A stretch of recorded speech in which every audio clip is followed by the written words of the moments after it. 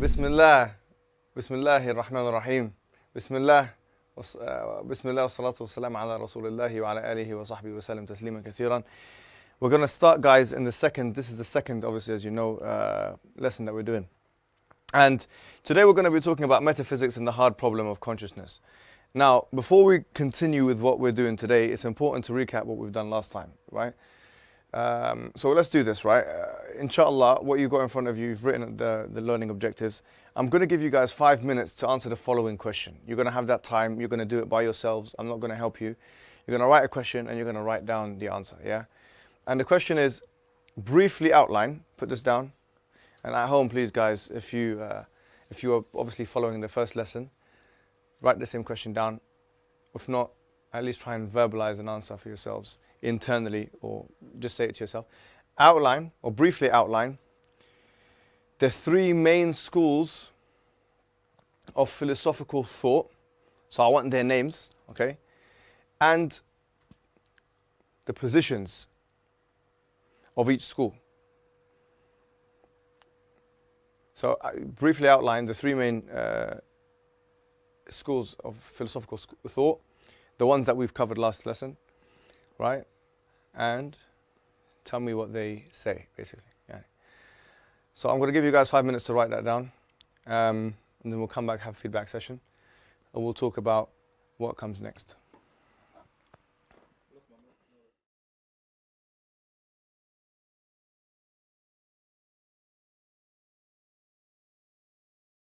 All right, now we're coming back and we're feeding back and we're relaying information, inshallah. So let's answer me the question: Who are the three main schools of philosophical thought? What are the three main schools of philosophical thought?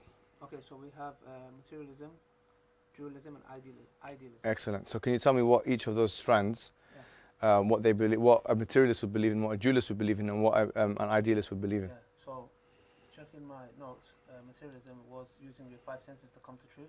Anything that's not scientific is meaningless. Mm-hmm. Anything that is there's another thing, can't remember. Positivism. No. There's another thing that's what I can remember anyway. There was another thing that says that it's meaningless as well. Okay, yeah, no, you're right. Anything that's not empirically justified, intangible. Tangible, right? It's not meaningless. It's meaningless, yeah. Meaningless. Okay, good. What's dualism? Dualism, if I'm not mistaken, is that they say the mind and the body is separate. Yeah. Yes. Yeah. That's correct. Yeah. Yeah, What about idealism? Idealism is that the thought process is on it. Everything is. Construct. Everything is in your mind. Okay. Is that right? Yeah. Everything is mental construct. That's what Bishop Berkeley and others would contend. Yeah. Did you want to add to it? No, he's mentioned pretty much everything. Okay, good. You said something about positivism. Do you want to add to it? Positivism is a strand of materialism. Yeah. Okay. So so what did we say about positivism last session? It can't be proven empirically. Then it's meaningless. What's the word for proven empirically that we used? Epistemology? That begins with V. Verified. Yes. Okay. So what is this principle? Verify using our five senses. Verification. Verificationism. Yeah. Put an ism at the end of it, you get the idea, right? What? Yeah. And what happened to verificationism in the 1920s and 30s? What happened with verificationism? Was it a successful strand of philosophical? They had a problem, but I can't remember what the problem was. They came to a realization. I think was it a problem of consciousness came in? You're on the right lines for sure. For sure, you're on the right lines. What is the problem with saying? Okay, this is. Let me ask the question, right? What's the problem with saying that anything outside of the five senses is meaningless? So then you negate mathematics. For example, right? Yeah. Why? Because mathematics is untouchable. And Okay. they say anything that's untouchable is meaningless. If it's meaningless, how do you use mathematics? What other questions did people have? Not just mathematics, but something else. The hard problem of consciousness. Consciousness is something which we're going to talk about today. Ethics, excellent. Yeah. So these are things which are intangibles. Okay. Yeah, they're not tangible, but which to the majority of people exist, Yeah. and which can't be denied. Even more profound is that the system of science, the method of science, the scientific method, is itself a metaphysical construct, is itself based on logical principles. Because principles like falsificationism, verificationism, these principles are themselves not tangible, are they? Deduction and induction. Yeah, we're going to come to that in the third session, all right? But these things are themselves not tangible. So if you say that everything that's not tangible is meaningless, For science in the bin. well, put the scientific method in the bin, it's meaningless. Yeah. And so you're supporting it's irony, right? It's a circular argument, in a sense. Do you understand how that works? Yeah, it is actually, because they're saying the whole point is anything that's unscientific is meaningless, Mhm. but then you're doing the same thing with science. Okay, why? Go, expand that point. Because they're saying anything that's not scientific is untangible, Yeah. but then the scientific method is based on something that's intangible. Perfect, yeah? Excellent. All right, today we're going to be honing in on the hard problem of consciousness. We kind of talked about in the previous session, as you said. The hard problem of consciousness is something which has plagued much, the materialists in a sense, and it's something which there's a heavy debate on, which we're going to talk about and try and simplify in the easiest ways possible. 3 learning objectives today, which you've, inshallah, written down. Number 1 is to know the main contentions against materialism. Okay, so what are the main arguments against this materialism? And we've already kind of established some of those in the previous session. So this is kind of linking into the previous session, right? Number 2, to understand the hard problem of consciousness. We've already discussed the hard problem of consciousness. We've already talked about some of the issues regarding consciousness. But we want to go into detail with this in a bit more, right? Number 3 is to make a judgment on materialist claims regarding reality. These are the 3 learning objectives, okay? These are the 3 learning objectives. Now, let's start with the first one. We've already talked about, if you have a materialist, right? I'm going to ask a question. If you have a materialist, someone who's a materialist, and says, look, I don't believe that anything which is above and beyond the 5 senses has any meaning, okay? In bullet point form, write down 3 arguments you'd put against them, okay? Whilst I put something on the board, okay?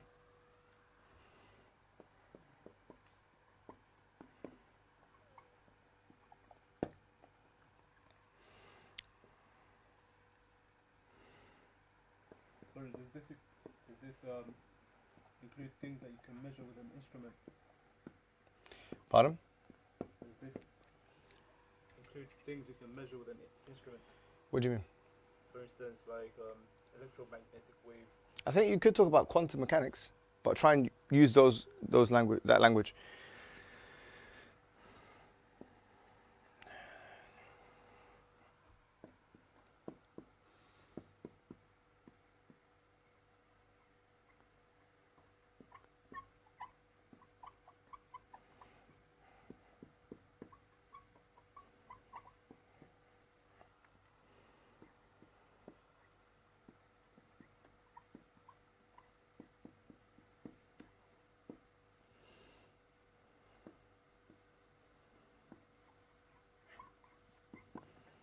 Okay.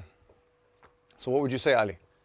Me personally, the 3 arguments that I would use is mathematics, science, and consciousness. You have to reject all these 3. Okay, so if I come to you and say, look, for instance, you say we're having a theological discussion, yeah? Say we're having a theological discussion, and you say you're a theologian, or you're a theist, sorry, yeah? And you believe in God, yeah? And I say to you, no, look, I don't personally believe. I say, this is my perspective, I don't believe in anything that can't be verified empirically. So I would say then that there's a fallacy in your argument, because if you go with that argument, the scientific method is based on that. Mm-hmm. Mathematics is It's based on what? What did you say? Something which can't be verified empirically. Yeah, empirically. So for example, you cannot empirically use science. Yeah? What do you mean? Like science, the scientific method is intangible. Okay, so it's not physical, is it? Yeah, so therefore you can't use science. Okay. You can't come to the scientific truths that you base your life on. Mathematics is the same. You can't do it because it's intangible. It's Mhm. not, Mhm. it's not physical. and then your consciousness, the hard problem of consciousness. So Which I we're would going to say come to, right? You're going to come to. So I would say all these three, you can't use your thought process because Mhm. it's intangible. Mm-hmm. If you can't use your thought process, you can't use science. If you can't use science, you can't use maths. All three interlink because science uses maths, and to use maths and science, you need your brain. Okay. Consciousness. So that's Well, we'll talk about the brain, but you're certainly on the right track, and that is a correct argument for sure, yeah? Haidar, is there something you want to add to it? Yeah, I'd like to add quotations, what you can't sense. Okay.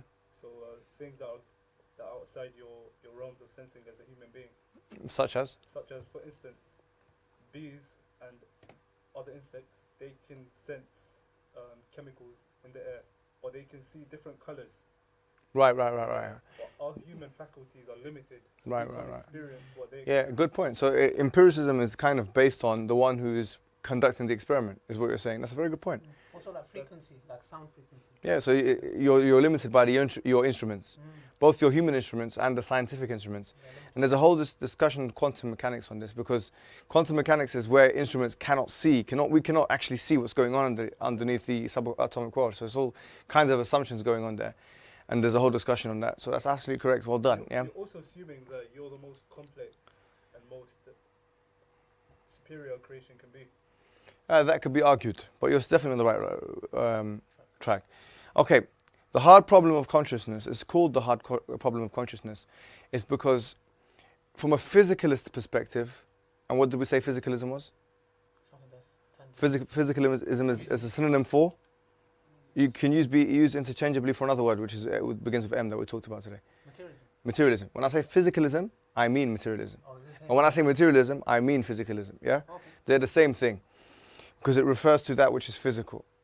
So a physicalist would say, when we ask them the question, okay, who are you? Where is the mind? What is the mind? They will answer in a physicalist way. They will answer in a materialist way. So they will either say, the mind is the brain. There is no difference at all between the mind and the brain.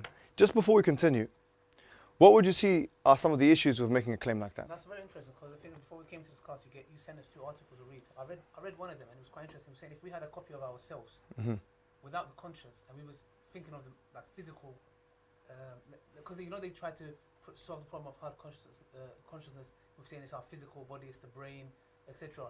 But if the brain is there, and we have another copy of ourselves, it would have no value, because it would not able to be operated. It would never be us. It would never be. You're definitely on the right track. Yeah. I read something. I don't know if it links. But No, it does link. I found it quite We're going to come to the conceivability argument. Do you want to add to it? Can you repeat the question, please? The question is, if someone says you are your brain, yourself and your brain are one and the same thing. Your mind and your brain are one and the same thing. How would you disprove this theory? Yeah, it links. It links to what I said then. Yeah, that was what I said. So this is what I read. Imagine me, another of me, yeah, on this table, but is not alive. Yeah, because if they're saying the brain is you and you are the brain, then that person it's not going to operate. It's not alive. So there's a difference between me and him. Do you get it? You can touch up on it, but you get what I'm trying to say, so if I didn't confuse you. Yeah? Okay, good. I think you guys are on the right track, but let me just try and steer you to 2 main philosophical arguments that have traditionally been made. And this is what's happened in the contemporary world. There's 2 major arguments. One is called the knowledge argument, and the other one is called the conceivability argument. Okay, the knowledge argument, Jackson popularized this, and he said that, look, imagine if you have a person called Mary. Yeah, you have a woman called Mary, and she lives in a room, and everything is black and white. Everything in the room is black and white. Now, her reality is black and white. So everything that she could see, and this links back to what you were saying, Haider, in a sense, everything that she knew from her person was black and white. As soon as she left the room, she saw a red Strawberry. tomato.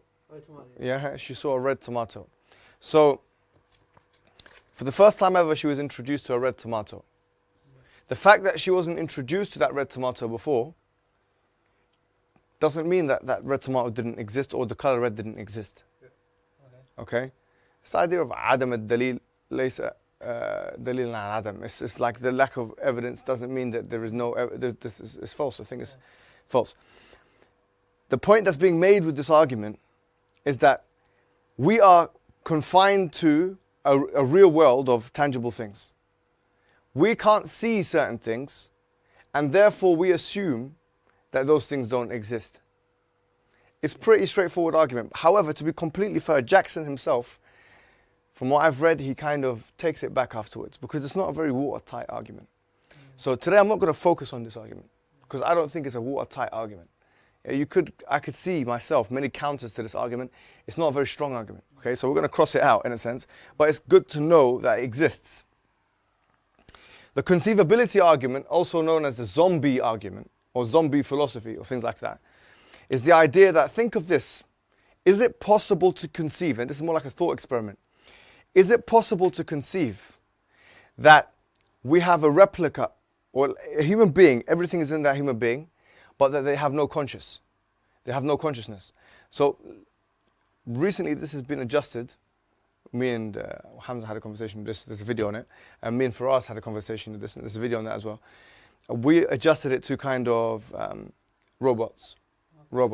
So let's say, for instance, and this is for us, put it this way, and I think it's a very good way of putting it, yeah?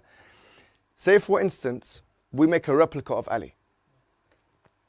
We make a replica, a physical replica of Ali, such that all of the material constituent parts that make Ali Dawah today are made in a cloned form.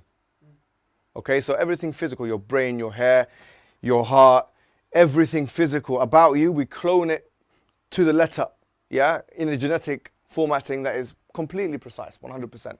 Or we have a Hijab 2.0. Everything about Hijab is 100% cloned. Okay. That'll be interesting altogether. Is that other person you? Well, if you... Is that other thing, is that Hijab 2.0 you, or is that Ali 2.0 you? Yes or no? Okay, so Think about it. Say is that your consciousness is a product of all the different neuronal links made in your brain. That's what a materialist would say. Yeah. But I guess what they would like in a spiritual sense is your soul. Yeah, exactly. Yeah, but you can't just say that you believe in a soul. We're looking at it philosophically, right? They reject that. No, they say it's your brain. What you call soul is your brain. If your brain dies, Yeah. you die. What I'm saying right now, if we made a clone of Ali Dawah, It's not me. it's not you. Everything about it is completely cloned. Everything to the letter is completely cloned, but it's not you. It looks exactly like me. Yes. But the inner aspects of it is not me. Okay. Even if I kill this thing, Yeah. it's a robot. Yeah. Yeah. Am I committing murder? No. Why not? Explain. No, why not? Because it's not alive. It's not conscious. It's not here. It might be here with a physical body, but it's not here. It's important at this stage to understand what is consciousness. In the dictionary definition, being conscious, it could just be, say, a state of awareness. Okay, so you can put this down. Consciousness, from a vernacular perspective, is like a state of general awareness. But from a philosophical perspective, we're talking about a first-person, subjective experience. And remember, we talked about this before. A first-person, subjective experience, we're talking about how we feel, how we see things, how we interact. These are the questions, right? Now, we cannot assume that robot will have that intuition. Yeah, that computers have consciousness, right? We cannot assume that computers have feeling, that they have first-person subjective experiences. So the thing that separates you from that robot, Ali Dawah, that Ali Dawah put 2.0, is that robot does not have first-person subjective experiences. And we cannot assume that that robot has first-person subjective experiences. Another point to be noted is this, is that if we're saying that we are our brains, and our brains and us are one and the same thing, then it's clear, scientifically we know, that our cells are always replaced. You know, our cells are always replaced. So your brain today is not your brain 10 years from now. So if you were your brain, you are not today who you were 10 years ago. Physically, yourself has changed. But let's go back, and this is something which interestingly has been written about, and this is a book you can refer to. Very good book written by Raymond Tallis. It's called Aping Mankind. It's a book which really hammers this point home and he is an expert scientist and an expert philosopher, so he holds both kind of credentials and has worked in the field for many years. And his point is that it's not possible. Sorry, there's a bit of profanity in this thing. he says it's not possible. This guy Raymond Tallis, he says it's not possible, right? He makes the point that it's not possible for our brains to be ourselves, and he makes a whole host of arguments which you can read. Here's a smaller book here, Point the book at me. a smaller book as well, which is written. Small arguments can easily be more easily succinctly summarized in this book. In this book here, I've just come across that book quite What's that recently. book called? The first one's called Aping Mankind. This Oh, one, the first one, the second. so it's called The Kingdom of Infinite Space. Okay. Yeah, I think I've just come across it quite recently, actually, to be honest with you. Anyways, so the point we're making here is that it's not conceivable that if we have an Ali 2.0, that Ali 2.0 will be, alive in the same way that you're alive, and conscious in the same way that you're conscious, having the same first-person subjective experiences as you do. But then when we conceive of it like that, the question is, so where did this consciousness come from? If we can't put it, if we cannot instill consciousness into things. So, for example, if we want to make an Ali 2.0 with exactly the same mechanics and the same aesthetics and the same functions, even the way it acts is the same as you. We've programmed it to the T, right? But it doesn't have that missing ingredient. What is that missing ingredient, and can it be obtained physically? Is there an ingredient called consciousness, a physical ingredient called consciousness, that we can somehow obtain? Because the answer has always been no. Why? By nature of the fact that consciousness is a first-person subjective experience, and science is third person. This is very profound. If consciousness is first person, and science is third person, they can never be one. Science can never track and be consciousness, and consciousness can never be science or scientific. They are separate from one another, which is why there's a need to discuss consciousness philosophically, not scientifically, because it's gone out of the question of how now. The question is now becoming, why do we have consciousness? So these are all questions. What I want you to do now is I want you to write, with what I've just said, a small paragraph. What is the hard problem of consciousness? And what I want you to do, referring to it, is talking about the problem materialists have defining consciousness materialistically. Why is it problematic to define consciousness in terms of the physical world around us, bearing in mind what I've just said? Yeah? You've got 5 minutes to write this, and then we'll talk after that.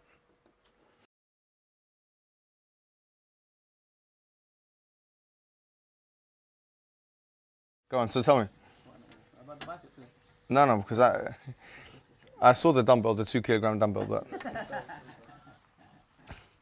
Anyways, yes. I was doing concentration. Okay, so basically... Let's start with Haidar, please. Okay, so what I've got is consciousness cannot be quantified, as consciousness is a first-person experience. All peoples experience consciousness on a subjective level. Materialists make a third-person argument that is based on a collective understanding on a non-subjective matter that requires a physical interaction. Excellent. Well done. That's quite interesting, actually. You answered my question of It's very good. first-person experience and a third-person experience. So what we're saying is scientists are trying to give an understanding when they're not in it. Science works in the third person. Remember, you're always doing something. Okay. Science, you're doing an experiment to something. Okay? You're doing an experiment to something. Okay. That interaction is like it, right? That's third person. Yes. It's not I. Yes. I is me. Yeah? You can't say that's science. That's no longer science. Okay? Go ahead. So, is there anything you want to... I need to elaborate. It was No, quite do you want to add to it? Read out your one, please. There's nothing I've had. Well, to be honest, I just wrote materialists are in a dilemma with this problem. Like the hard problem of consciousness, and to say that if you make an exact copy of me, it is me. It's totally wrong. If my brain is my conscious, then when my brain cells renew itself, I should become a different person. Just one. Okay, that's another angle. That's very good. Okay. Now, guys, we're not going to spend too much time because we do have another session on this, right? Another session coming up. The point is this. We started off by talking about metaphysics and the hard problem of consciousness, okay? And bring this back to what we do, right? As having discussions on theology with people of different religions, and especially atheists, etc. And our theme, our organizational theme of deconstruction and then reconstruction, yeah? Because this is effectively what we're actually doing, right? They will come with, or some people will come with certain absolutist claims, which we can now, I believe, deconstruct. So the absolutist claims is that, well, if I can't see it, it doesn't exist, right? Or if I can't verify it, it's meaningless. Those claims are now easily deconstructed. Yeah. And by the way, they have very low currency in the world of philosophy. They have very low currency now. Yeah, we're able to do that. Consciousness is interesting because it shows something metaphysical which is happening to us on a daily basis, right? Yeah. Okay, good. So with that, I am going to conclude this episode. Okay, this lesson. This is the first lesson. We've made it abbreviated so that it's easy for consumption. And what now you can be able to see is that you can make a judgment on the materialist claims, some of the contentions that they've done, so that we've actually achieved our learning objectives. I do believe the word consumption has a negative connotation to it. If we can use something else, it would be quite... No problem, we'll do that after I consume coffee and have a break. And guys at home, you can have a break as well, because we're going to be going to the third and final episode of critical thinking. It's going to be about truth and falsehood and probability. Inshallah, join us for the next episode.